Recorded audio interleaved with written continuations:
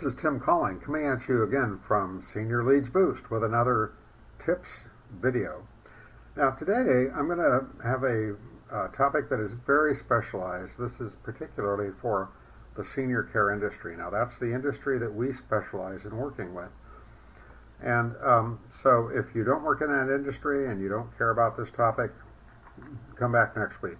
But in the meantime, I want to talk about long-term care insurance and getting paid for providing services to clients that have long-term care insurance and that are clients of your home care business. So a long time ago, in fact, this is almost scary, almost 10 years ago, I wrote this article. And as far as I know, things have not improved. The title, you can tell, sort of expresses my disgust and frustration over the payment practices of long-term care insurance companies, at least some of them. I'm not going to say that they all do this. I'm also not going to say that they do this on purpose, but I can tell you that this was our experience with many of them.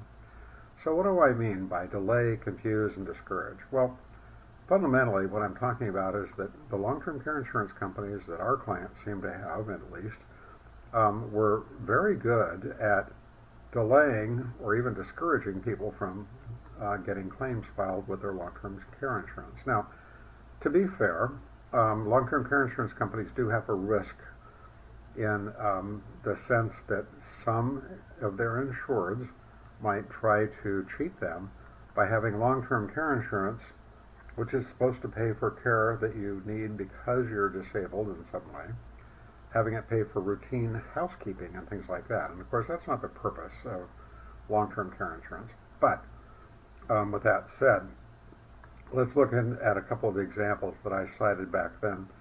So one example was this. We had a client who was held up by at least 5 weeks because they just failed to act in time.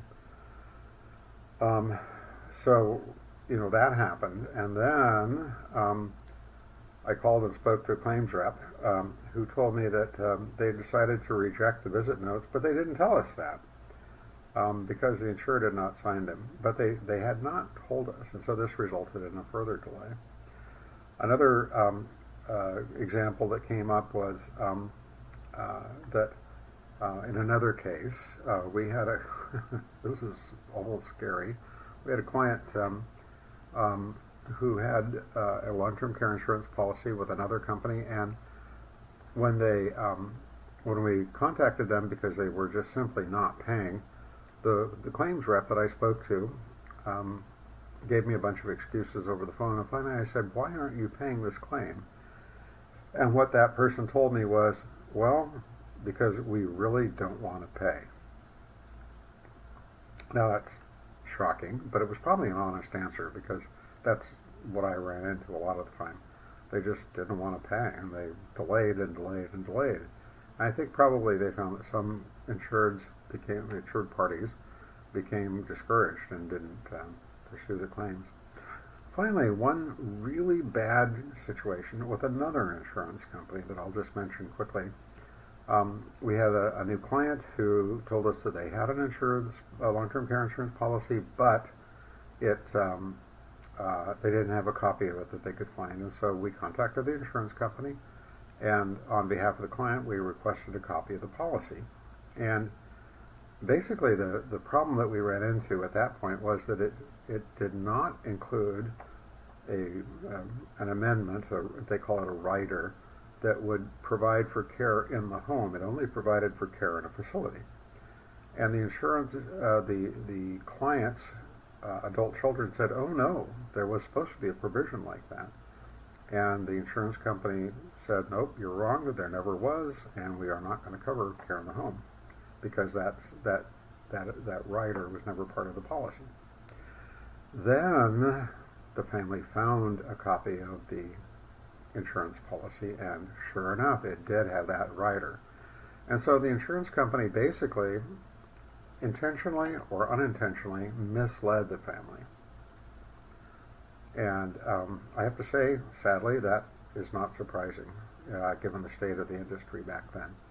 Now, fast forward 10 years to now, are things miraculously better?